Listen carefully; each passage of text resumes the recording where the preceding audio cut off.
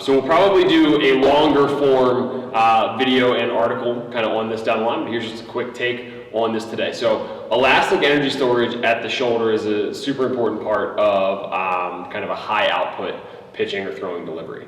And so what does that mean? Well, maybe an easy way to think about this is kind of the lag in a golf club during a golf swing, right? So the more we can kind of leave that golf club behind, the greater kind of bend we can get in the shaft going into ball contact, the greater swing velocity we're going to get and likely kind of ball velocity, and therefore driving distance we'll get from that swing. So the throwing arm is similar. So we want to kind of think about leaving the arm behind at this point of kind of maximal torso counter rotation. And when we begin to rotate the torso forward, we want this kind of delay before the arm comes. So the arm may even kind of be like moving back a little bit more as we get the torso moving forward, and we get this stretch across the pec. So what are kind of the requirements to kind of make this elastic energy storage happen? Right? Well, we need strength in the musculature so that we can get a stretch across the elastic structures like the connective tissue, so the fascia, the tendons, those kinds of things.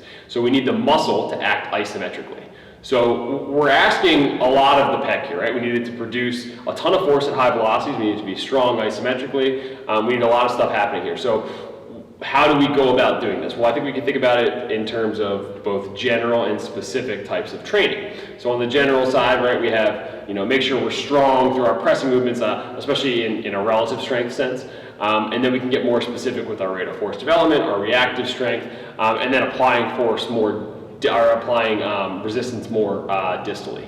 Okay, so what does this look like in terms of progression? Well, it might be something like, pressing strength is the big focus, then we go to drop catch push-ups, then maybe some plyometric push-ups, then shock push-ups, that kind of thing. Then we go to more reactive variations of that. Maybe there's band assistance, maybe it's a lighter implement like a medicine ball, something along those lines. And then we get to our kind of distal resistance application. So maybe it's a supine kind of pec drop catch with a plyo ball or something along those lines. Then we make it reactive, then we make it more specific, adding in a rotational component and adding a greater portion of the kinetic chain to this.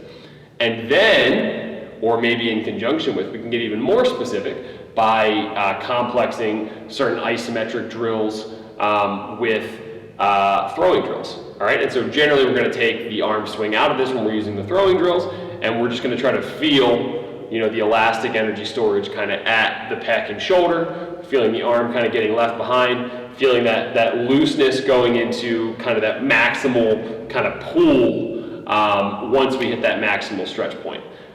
So that's kind of like one of the ways we look at things when it comes to elastic energy storage and utilization at the shoulder. If you have any questions, drop them below, and don't forget to subscribe. Thanks for watching.